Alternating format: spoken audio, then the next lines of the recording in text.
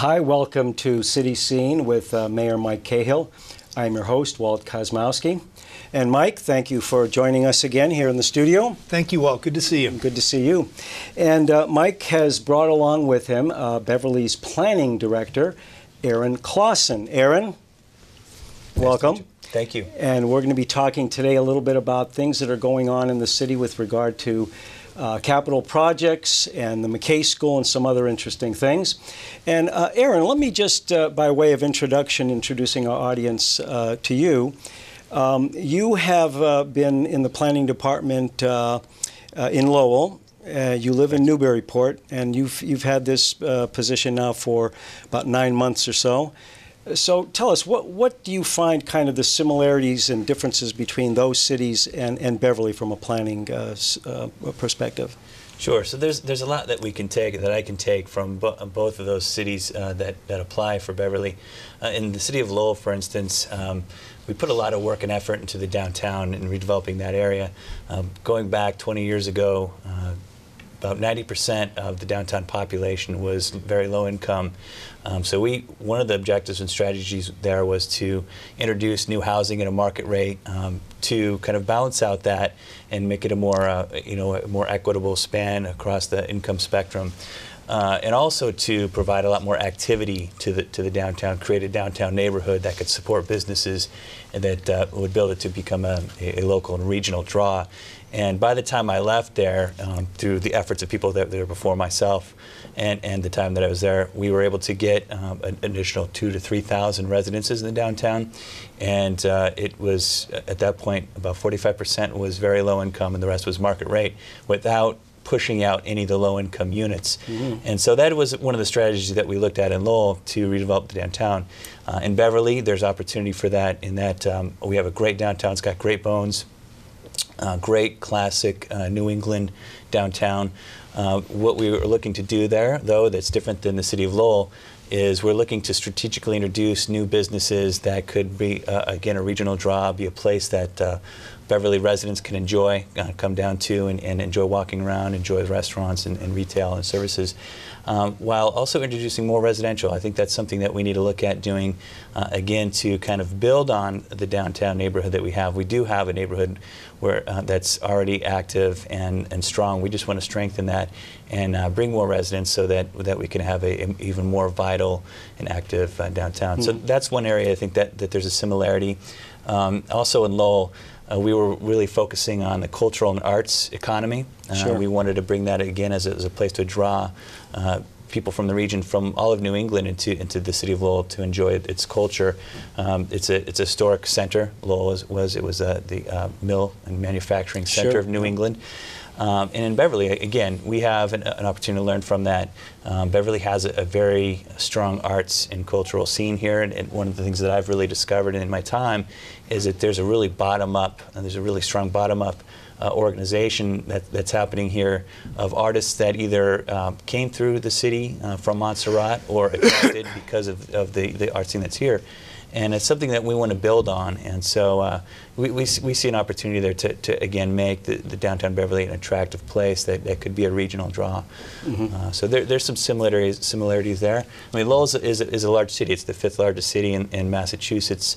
So with that, it brings a lot of different kinds of opportunities and challenges. A lot larger population is very low income, and a lot more cultural diversity.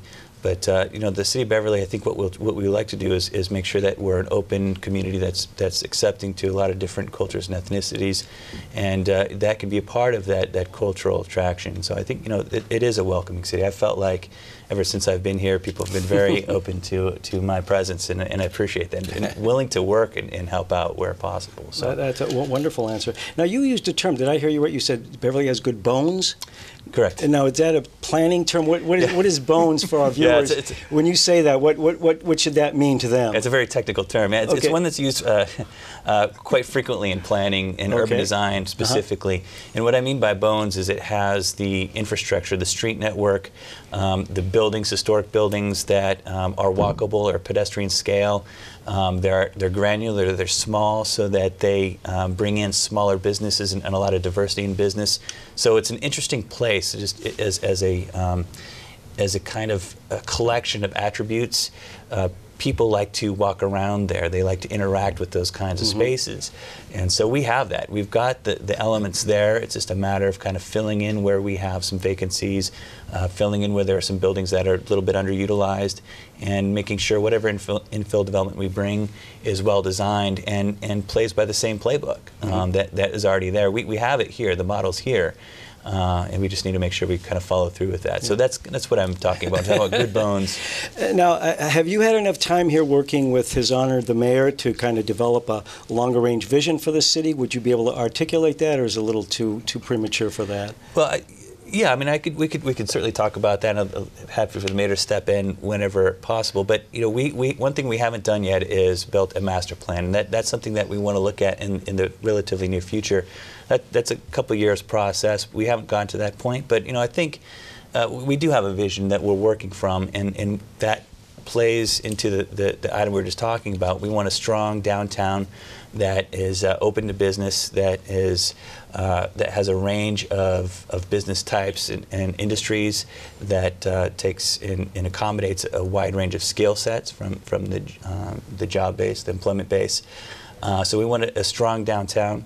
We want to have a high quality of life for the residents across the neighborhoods, whether it's downtown or farther out on the edge in Beverly Farms or North Beverly, so that they have a great place that they're living. They have access to goods and services readily available to them with a strong interconnected transportation network. And we're looking to make sure that we preserve our open spaces and recreational areas so that everybody has a variety of opportunities within proximity to them to enjoy the outdoors. Fantastic. Wow, great answer. And let me get a little more specific now and address this question to you, Mike. The McKay School, you've chosen a developer, and maybe you can articulate what the process that you used, because it didn't go to the highest bidder. We know that. I know, Aaron, you were part of the committee. So what is happening forward, and how will this impact Beverly, this final result impact Beverly? Sure. First, I want to say that Aaron's fantastic. We're very fortunate to have Aaron heading our planning and economic development efforts. When it came time to make this hire back in December and January, it seemed like it would be a tough hire, and then it became very easy because Aaron just showed himself to have, I think, all of what we need in Beverly. He's done a great job in his time in Lowell, and he really was ready when he came through the door to take the reins and run his own department and help us move forward in Beverly. So it's been exciting. I feel like we've gotten some good things done in a brief time already. As far as McKay goes, as you know, I mean, the school's been vacant for about 10 years. The city's been trying to sell it for a number of years. And it became clear to me that in order to successfully sell it, the city couldn't just go for the highest dollar, because to maximize the sale price on that property would have built it out to the very edges, and it just wouldn't have worked. It would have been very much out of scale with the neighborhood. Sure.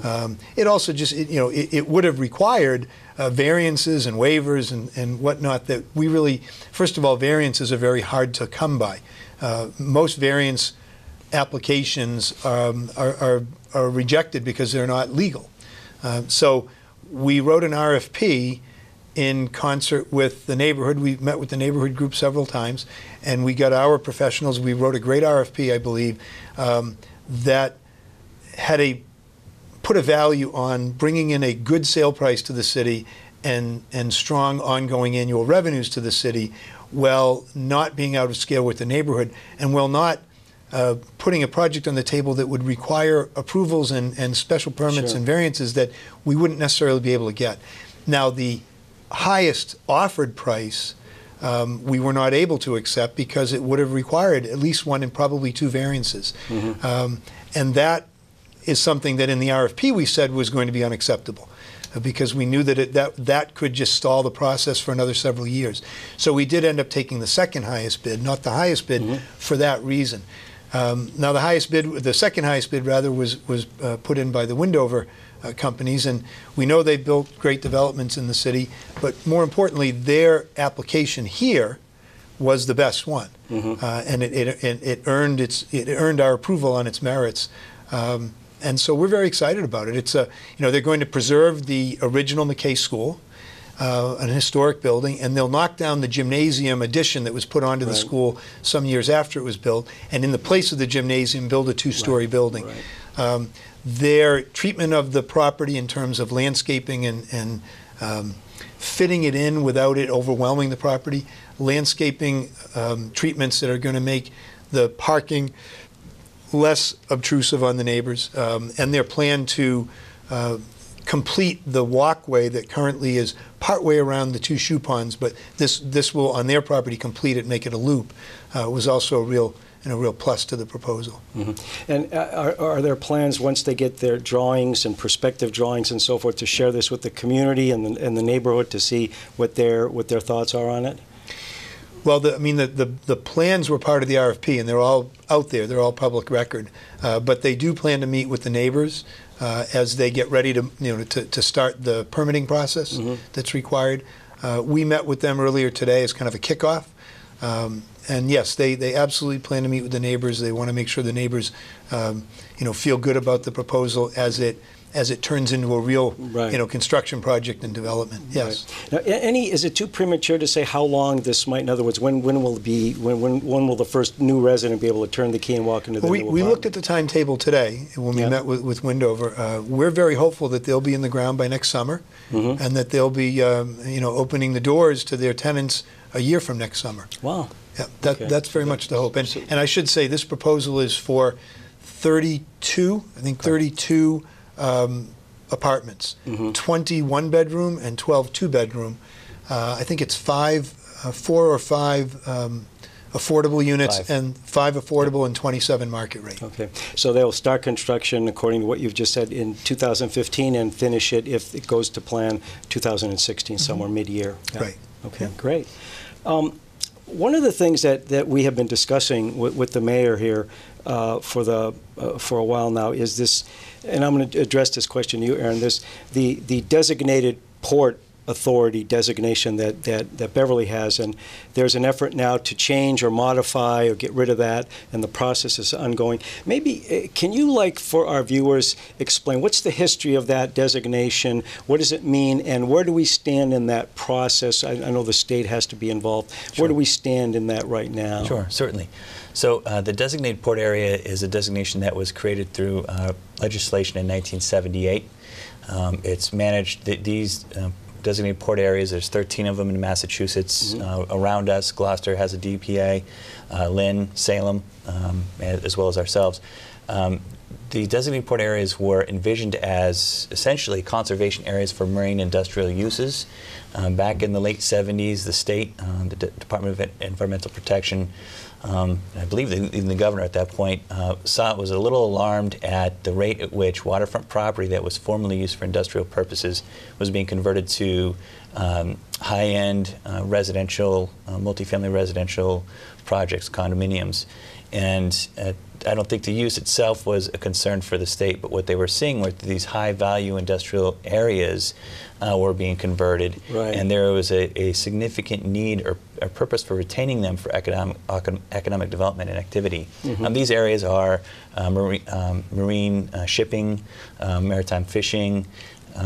You also have a lot of bulk storage, commodity storage that happens on waterfront, power plants. So Salem's DPA revolves around the coal-fired plant that is there, or formerly there. So that was the purpose. It was to preserve certain areas that were well situated to provide a place for these industrial uses that only can happen on the waterfront. The reason that Beverly was, there was a designated port area created in Beverly, as far as we can tell, was that going back into the early 20th century, the area is used for bulk storage for coal, particularly in the area close to the bridge, the Salem-Beverly Bridge. There's a large coal pile over there, essentially. And then over where Tuck's Point is, in Jubilee Yacht Club, you had chemical storage and gas storage there, all access through barge. And so that was, when the state's looking at it at the time, they see that this was an existing use that was pretty much the character of the waterfront at that point. And when we're talking about the designated port area, I should say, we're talking about just east, or if you're looking north to Beverly from the bridge, to your right of the bridge, all the way around the corner of Tuck's Point, including the beach there.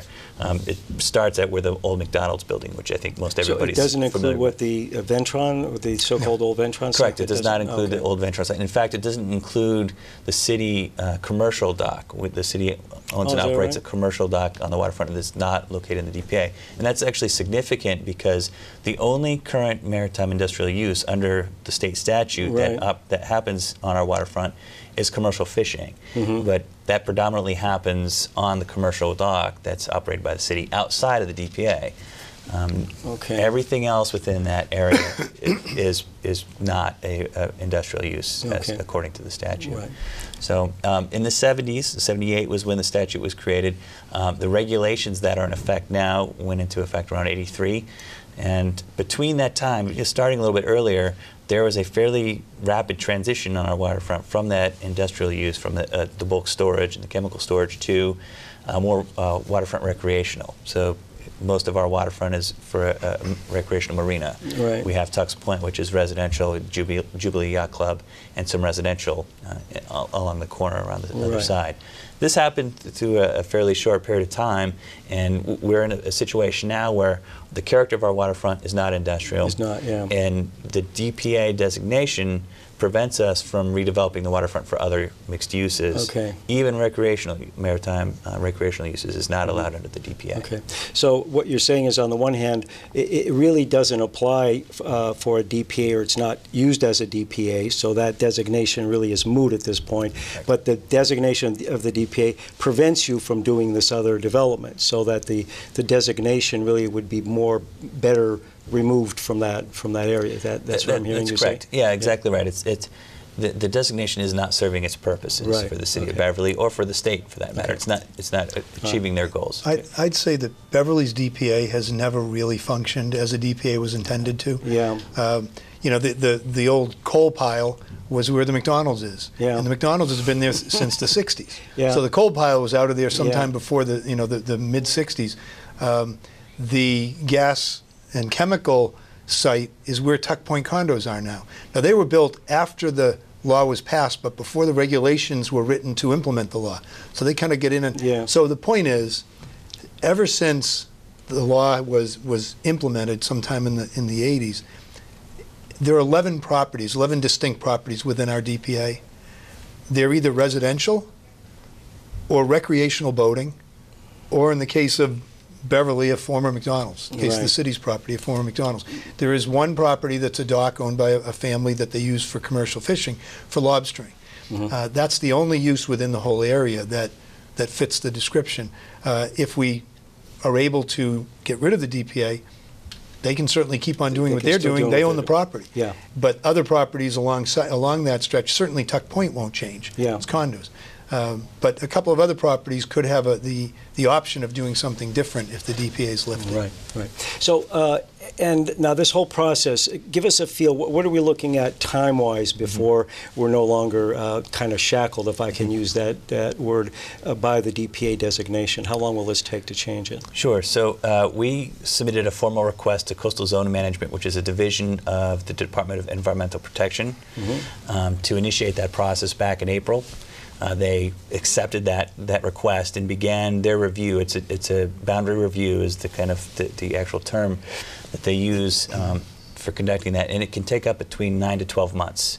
And that timeline's based primarily on the review process that's designated through the statute. We're about halfway through that now. Our expectation is that we would have a formal response and a formal determination made by CZM no later than March of next year, and very likely earlier. Very good. Mike, let me turn to you, Your Honor. The overall, let's go a little more broader. What is your vision? You've had a couple of public hearings on the waterfront and so forth. What is your vision for the Beverly waterfront, Mike? Well, we've started a rezoning process for the waterfront. If we get relief from the DPA, we want to rezone our waterfront, and that's involved public process already, and will continue to. I think what we brought to the conversation, and what I think is being reinforced, is that a mixed use type of use of our waterfront is what people are looking for. Now, there are some uses down on the waterfront that the uses that are going on down there need to be protected. There is commercial fishing down there. There's recreational boating down there. There are people fishing off the piers. All of those things will be protected and actually promoted as we move forward. But in addition to that, we have an opportunity, if there's some redevelopment on the waterfront, to gain greater public access at the same time. Mm-hmm. The Chapter 91 law, state law, provides that opportunity for greater public access when anything's done with the waterfront property. So we're looking for mixed use, first floor commercial, retail, perhaps second and third floor residential on some parcels. The city has the old McDonald's property. We'll wait to see the outcome of the DPA process, and then, during our rezoning, that'll help us determine what we try to do with that. We may go back out to bid and try to develop it in some fashion. But all taken together, we're talking about essentially from the bridge down to Tuck Point. And the goal is to bring more people down there. The community has a real pent-up demand to be able to go down to our waterfront, take a stroll along, get an ice cream, get some fried clams, sit out, have a meal, enjoy looking at the fishermen, looking at the boats. There certainly also is demand for more slips. If we're able to get more recreational and commercial boating slips down to the waterfront, there'll be that much more opportunity for both of those activities as well. Yeah. Now we mentioned the Ventron site before, and you're not including that in. What is the status of that right now? That seems to be in kind of in a limbo the last few years. Well, yeah, we're actually, through the rezoning process, in the public process that began back in June, as the mayor referenced, we are including the Ventron site as a part of the consideration of what goes there in the future. So, in June we kicked off the whole process to determine what do we want to see in the waterfront, and then therefore what is the zoning going to allow and encourage. And we certainly want to include Ventron. And a lot of what we heard early on in that first meeting, and following up through a series of stakeholder meetings that we've held, is that folks are interested in seeing some mixed use down there as well. A residential component with some sort of ground floor retail or restaurant. And that's great because it brings activity to the waterfront. It interactivity with the public and the water, and it makes it more public and less private. And so I think that's a great kind of transition from whereas before my understanding is that there's an actual approval for a 72-unit residential building there now that is on hold. I think moving towards a more mixed use building for that site, or buildings for that site, is a positive for the community more generally. Now I'm going to ask you another question, Aaron, as long as I have you. I know that you're working on some conservation initiatives here in the city. Can you kind of briefly tell our audience what a little bit about that? Certainly, absolutely. So one of the first projects that I started working on coming into the city, and we were kind of pushed into it, it was revolved around the Girl Scout camp property. Right. This is one that the Girl Scouts needed to sell for revenue. They needed to bring some more money into their operations. And we wanted to make sure that property stayed open and as an open recreational opportunity for the community. Working with the Parks and Recreational Department, they saw a lot of value in that property in providing those kinds of services. So we started working with the Girl Scouts and Essex County Greenbelt to identify funding and purchase the property and put it into permanent protection through a conservation restriction, but also make sure it's available for recreational purposes. So the city had submitted a grant application to the Department of Conservation Services for $450,000. It's a park grant to help purchase the property. We also submitted an application to the Community Preservation Committee for the delta of that to put it into to public use. And we should know in the next month or so whether or not we're going to get the grant. And the CPC, who makes recommendations to the mayor and the council, relative to the community preservation funds, has already recommended that that project be funded. So it's a positive step, and it's a 12-acre property that has both water, wetlands, and upland. So there's a lot of opportunity for kids to get out. I live in that neighborhood. Yeah, it's going to be a great amenity. So that's something that we're working on. We're also working on Norwood Pond.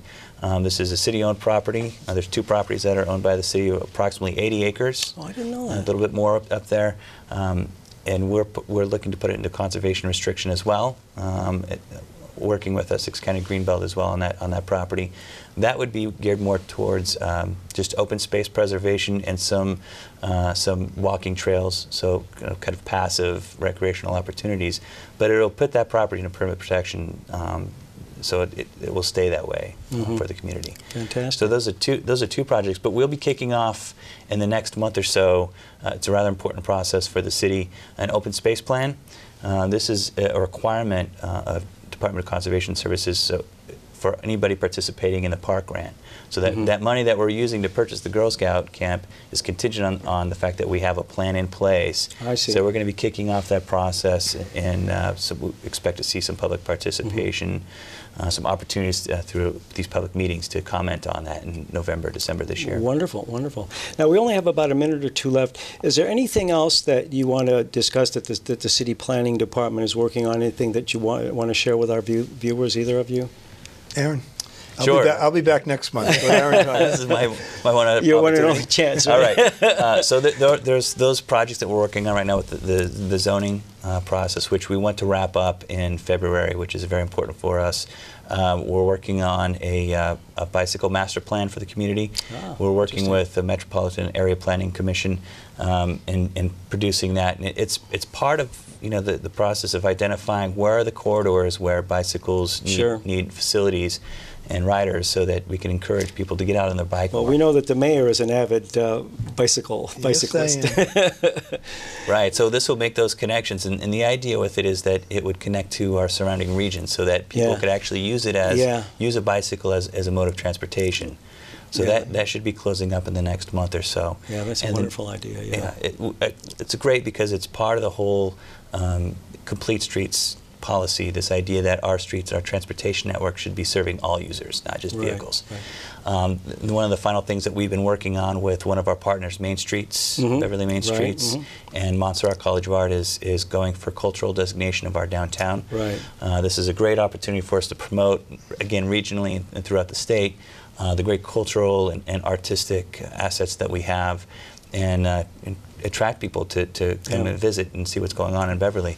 It also will open up opportunities for grant opportunities. Right. And I know that the mayor probably in a future program will want to bring on Jen Wallace and talk about some of that area, the main streets and the arts district and so forth. Lots of exciting things happening downtown. Well, absolutely. Gentlemen, thank you. Aaron Clausen, City Planning Director, thank you for being with us. And as always, Michael, thank you. Thanks, Walt. And I'd just like to remind our viewers that you have been watching City Scene with Mayor Mike Cahill. I'm your host, Walt Kosmowski. Thank you for joining us.